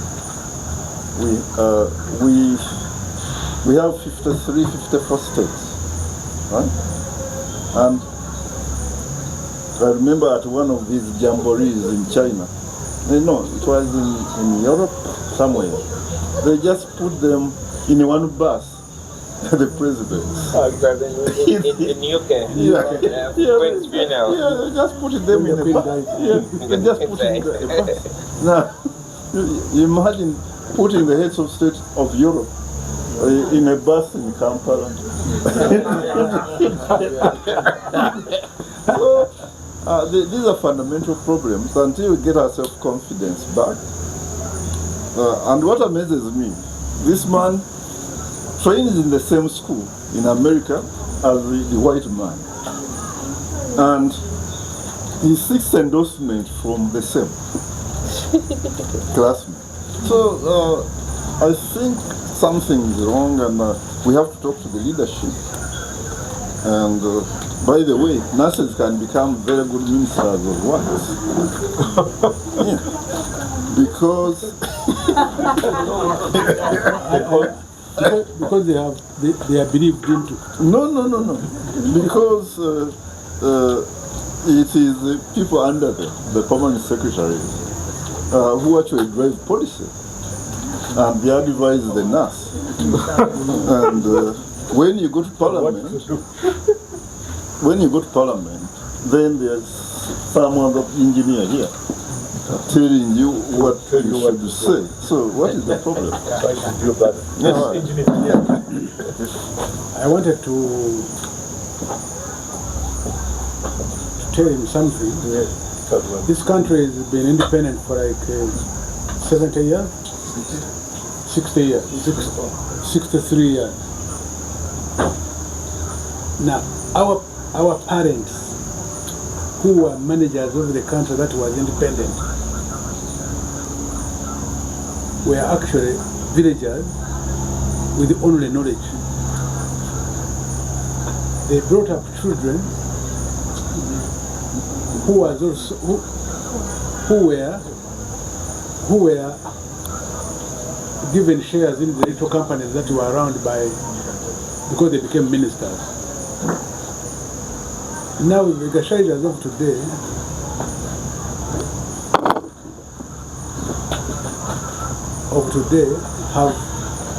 can tell you that we need Africa to come together. I remember asking somebody, I won't mention his name, whether it was somebody talking about how to improve rural areas in Uganda. Now, when I was walking in his building, the steps were 9 inches, 6 and 4 stories, but the steps were 6 inches, 9, then 6, then 4. So I asked him, how far, where was America? 70 years at independence. Are you sure it was not worse than us?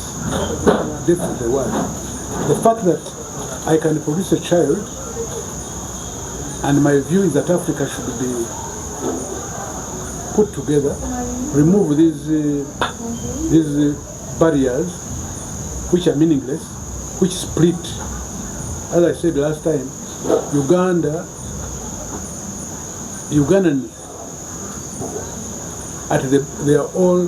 they have international borders. Some think like Kenyans, others think like Sudanese, others think like Congolese and Banyarwanda. So what happens? We are literally socialized differently, and managing us becomes very difficult. But the fact that we have now turned into generations of children who have listened to us means that we are heading in the right direction.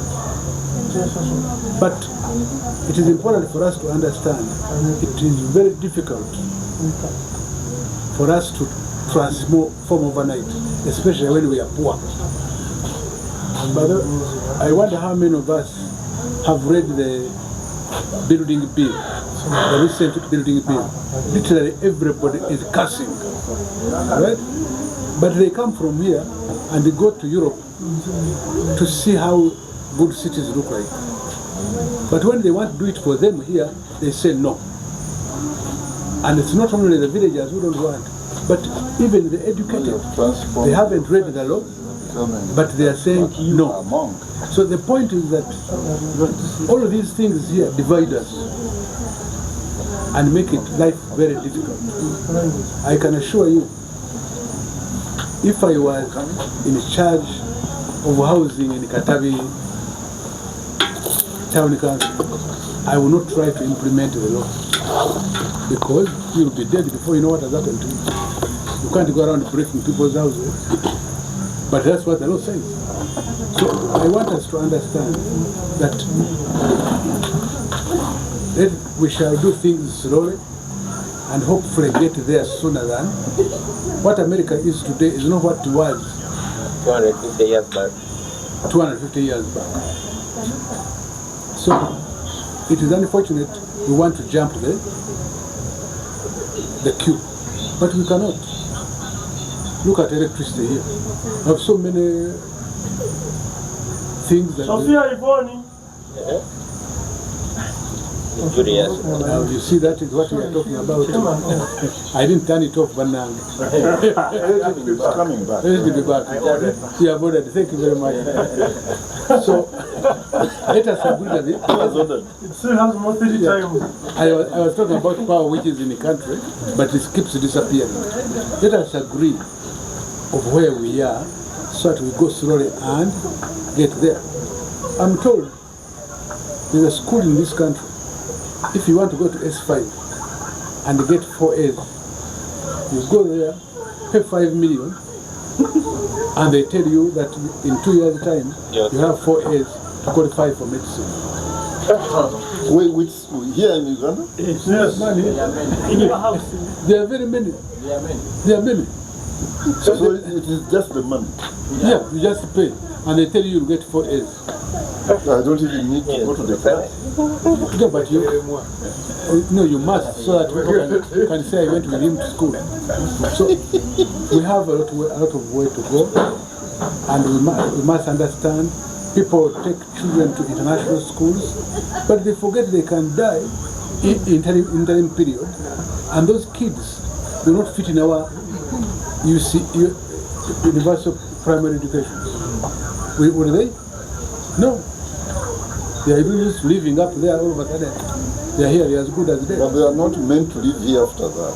No, but if the parent who is paying 5 million shillings per year dies, But don't they insure their children so that they can continue with the education? are you insured?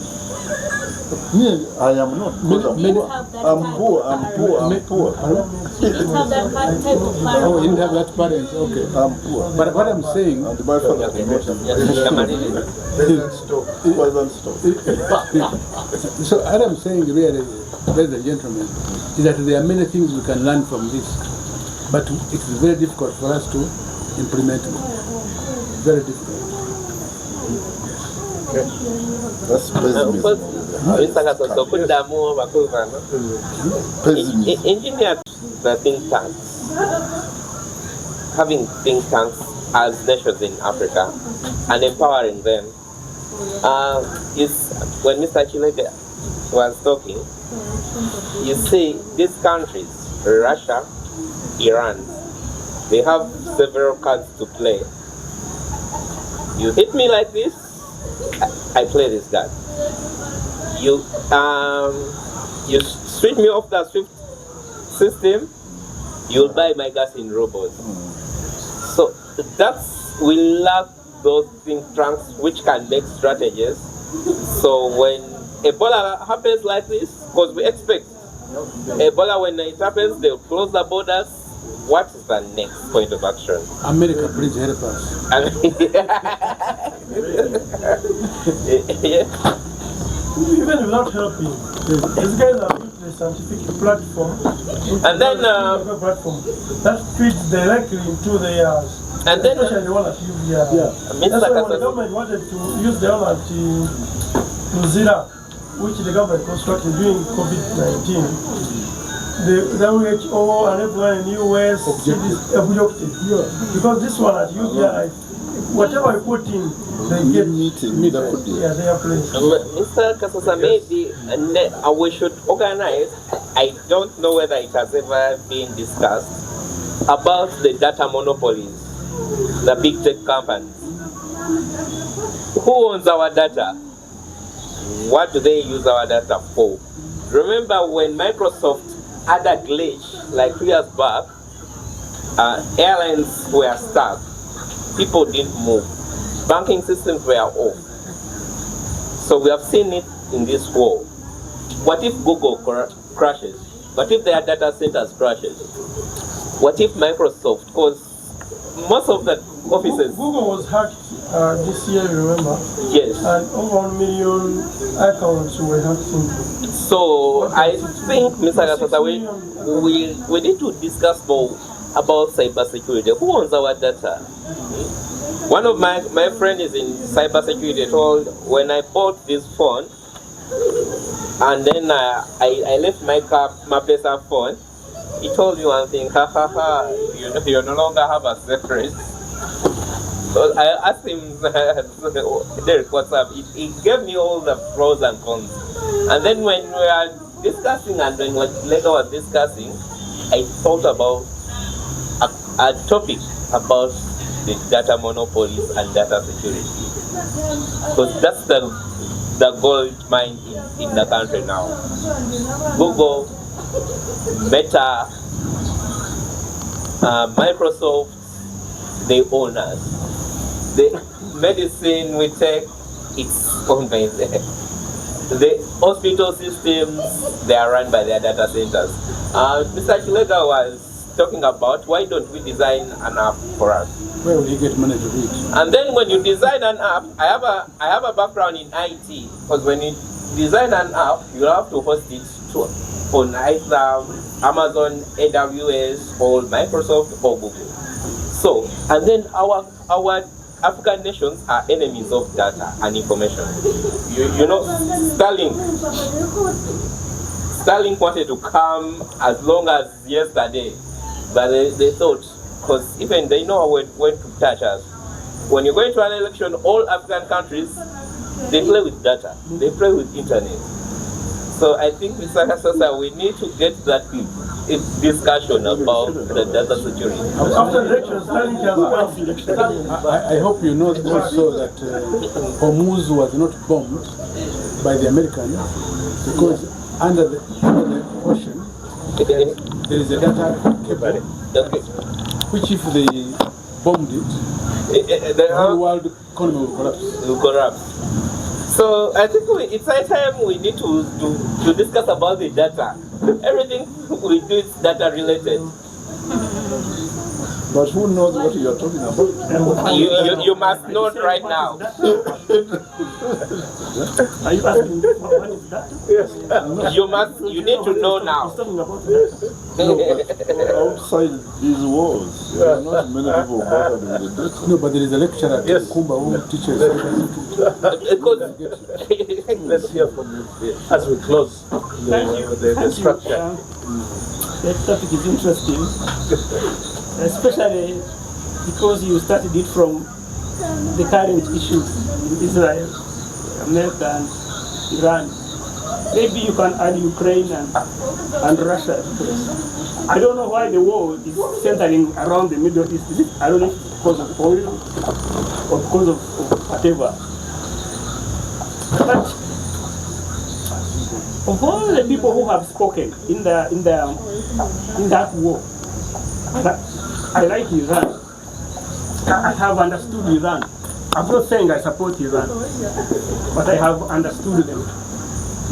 I have understood Iran because they have said we are one of the oldest civilizations in the world.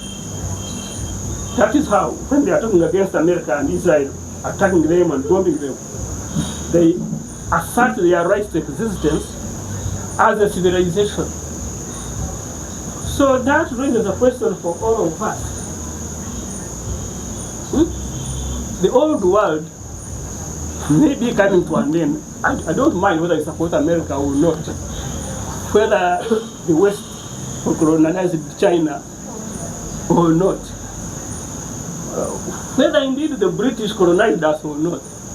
Their time as the global West and its civilization is coming to an end. My question is, and I asked Professor Lunyiigo, does Africa have a civilization? And can we assert ourselves as people who are civilized? Do you see? Because this is where we are heading. I don't know where China and Russia are going, but the West is winding up. They are doing things, and Putin has told them a number of times, they eat people, they are same sex, they kill children. All these are signs of a decaying system. Forget about technology and data. These people have become, the Epstein system. Bring it down to that. If they are rapists, it's the end. They can fight. Maybe they can win one war or another, or two more, but they are going nowhere. So what is our plan? African Union, when we became independent, we made a commitment at the OAU that we are not going to change the boundaries.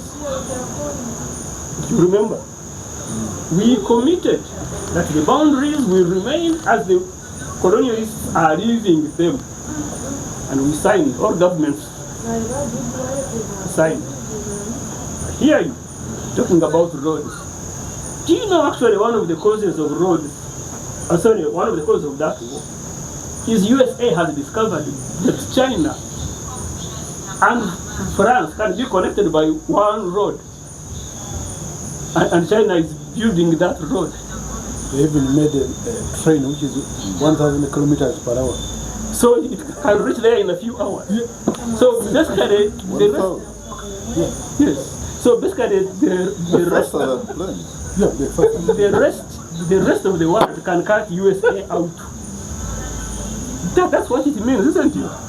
In terms of trade, the West, and that's why they cut that Nord Stream, the Russian gas, because it's on the same continent. Russia is supplying gas to the West, to Western Europe. They're on the same continent. Yes, Russia can help the development of Western Europe, and they forget about America. So America is cooked, whichever way they look at it. But the problem for us is here. We are not. I don't think Chinese are going to think for us, and I don't know if Chinese will not do exactly what the Americans and the British and the French have been doing to us if we don't do anything about ourselves. No, they are giving you loans, and they are producing food Just like here. the West. Very soon there will be Chinese in Uganda. All of Uganda. So the point, the point for me, the point for me is, and Professor Lunyiigo's last book, the one he published, is so good. I like the chapters, the first chapters. Which one now? 3 of them. Uganda, Indian economy. Where he showed that before the British came, there were even tribes which emerged not because they were cultivators or herdsmen, but they were traders. We had people who were traders before the British came here. But then he also showed how that whole economic system was dismantled systematically because they were making guns in Uganda, and when they were repairing them, they were making horse. The making of iron was very advanced. But the British destroyed the iron industry and introduced British industries, Chillington being one of them. And then Lake Katwe, salt mines. That was a big network into Congo and deep into Uganda. And they destroyed the whole salt trade. And they introduced salt, I don't know, from India, I don't know, from the Middle East there. Yeah. There's a country you mentioned. Yeah, Eden. Yes, this man's book. So we have to learn to read. I don't know who was saying we don't read. We have to learn to read. that we already have it within ourselves to do something like that. And we have to get rid of the borders. We go to Congo, we go to Sudan, wherever it is, and we can go up to Kenya. It doesn't matter which geography. Okay? I told my friends yesterday that in this cabinet we need one more appointment. One more what? Appointment. We already have an Indian Minister of Commerce and Trade. We need an Indian Minister of Finance so that they take control completely. But then they should be allowed to function. It is not enough that you are the minister. Yeah, because for me, I understand why we have a nurse as a minister. Because he will have to do nothing. He's just a citizen. He will sit and do nothing and take him a car and escort. So for me, I think we need to start building another perspective from up here as a civilization. We need to start building another perspective and speak to the world as that we are a civilization. But then We are civilization. we are a civilization. We are one civilization. No, we are civilization. Okay, you will respond. But then the point is, how do we put that into practice? I think that is the point. So maybe my last bit talking about Congo and the diseases. Really, we need to sympathize with ourselves.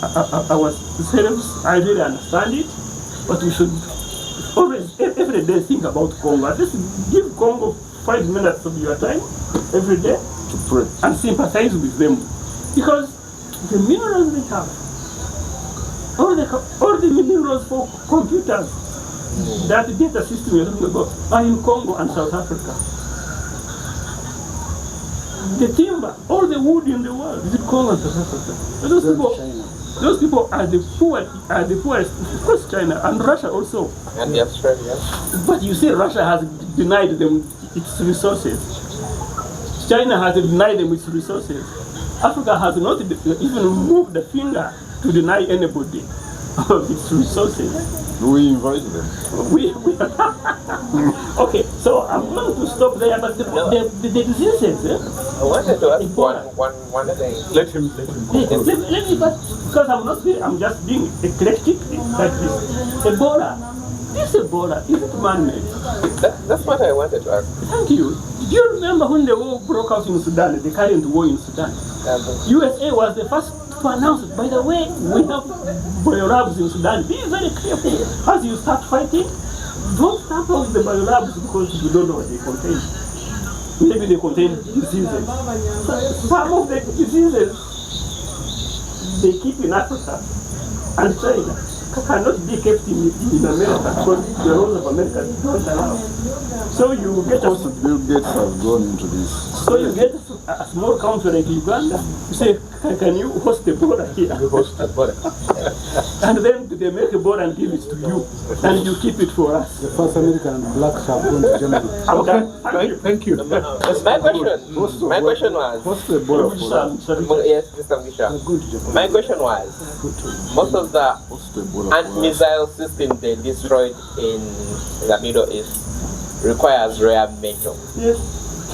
So, is there a possibility that Ebola is surfacing to get rare metals out of Congo? Just Yeah, because any means is necessary. You know, America had never built a railway, but now they have. They are building. Yeah, they are building. it has now reached Rwanda. Coming from DRC to Rwanda in Angola, basically facing the Atlantic. So maybe, but if all is kept there, they can switch it off and switch it on.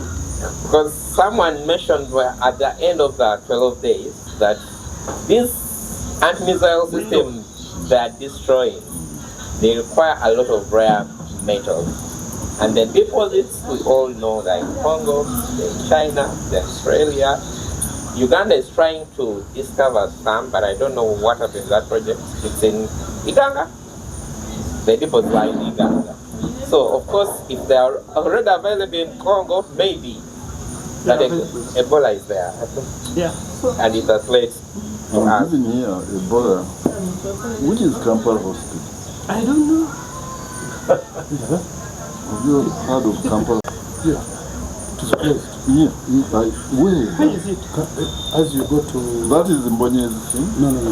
Mbonye is in Is it in Tinda Bokoto? No. You know, do you know where Eric Tumwene used to live?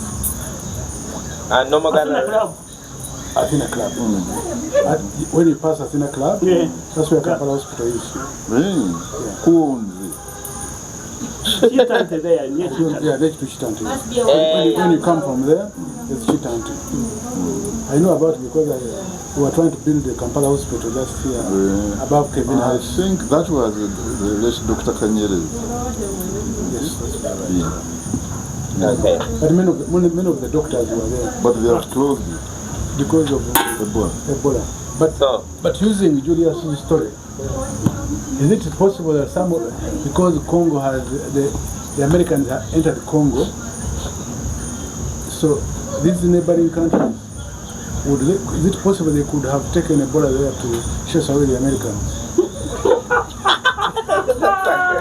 Who owns the border then? I mean, definitely, I definitely believe that Uganda versus such has Ebola.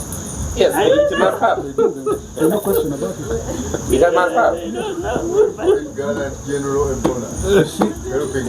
In philosophy, they say every problem has very many alternatives. So if they can't chase the American, if they send the Ebola there, the few Africans die.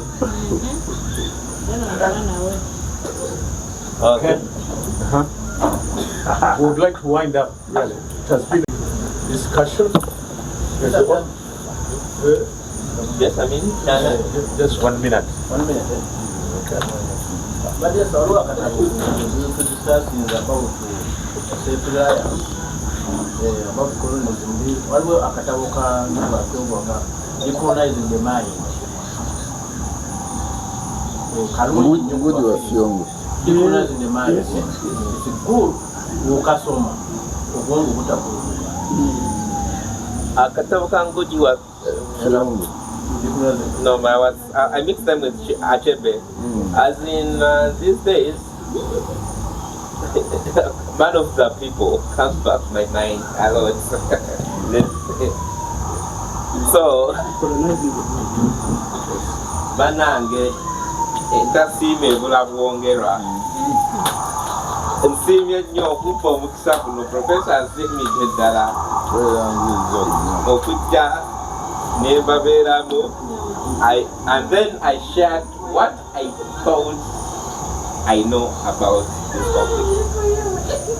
This conflict, that will never it affects me directly. When will these disruptions in supply chain ever stop?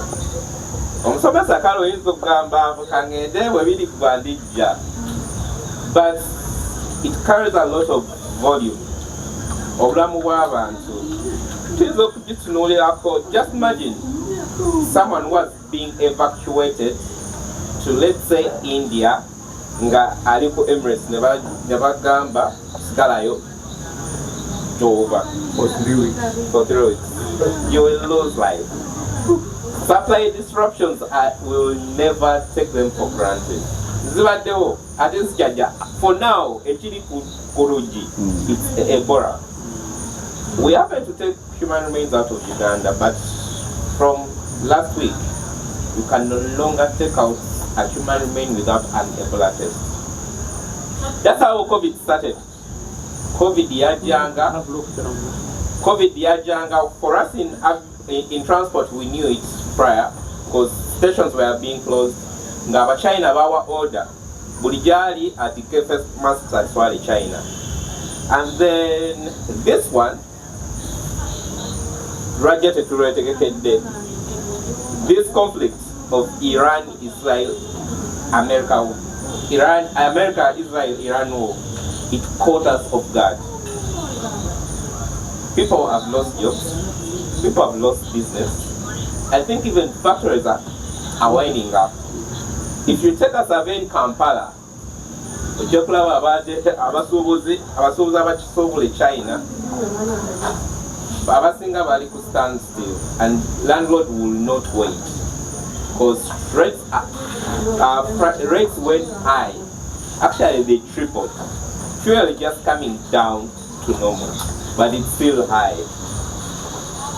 My takeaway points, my call to action, like this here, I'll go by engineer what he's saying. Our government needs to empower those thinkers to have more cards to play. Russian was able to play a card. You switch me off from the SWIFT system, no one will buy my gas in dollars. You have to buy in rubles. Iran had the strait because it used that a point of leverage that I won't open the strait, and then I'm getting a new information there was a data cable. What is our leverage point? What are we going to trade when such a situation happens? When Ebola comes, what are we trading? Why don't we open our markets? Why there is a very good concept by Mzee for industrialization. Should we attract the Chinese to come and make real factories? Leave these factories which are which make motorcycles. Because we don't need motorcycles, we don't need cars, more cars. You ask Magora. He hasn't paid salaries for 4 months. So should we bring those factories? A company. A day, Makula is a pharmaceutical company. Yeah. So should the government bring those factories to Kampala? Should we interest the Chinese to come and create a hub? Like the report I told you, there was plans to have an Emirates hub in Entebbe, in Kampala. we have a lot of unclaimed, okay, we have a lot of land. I know land, Professor will. So should we have a hub? I think Kagame is doing it. They're building a hub for Qatar. Qatar investing some money. But it's not enough. But we have an international airport. It's not enough. Toward Uganda. The proposed one. It's proposed. But what's the rationale of that airport? So people can come from South Africa, South America, straight to China without going that way. I think with that airport we need a functioning rail system. Let us extend the rail line to that airport.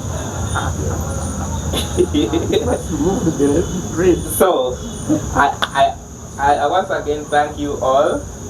Thank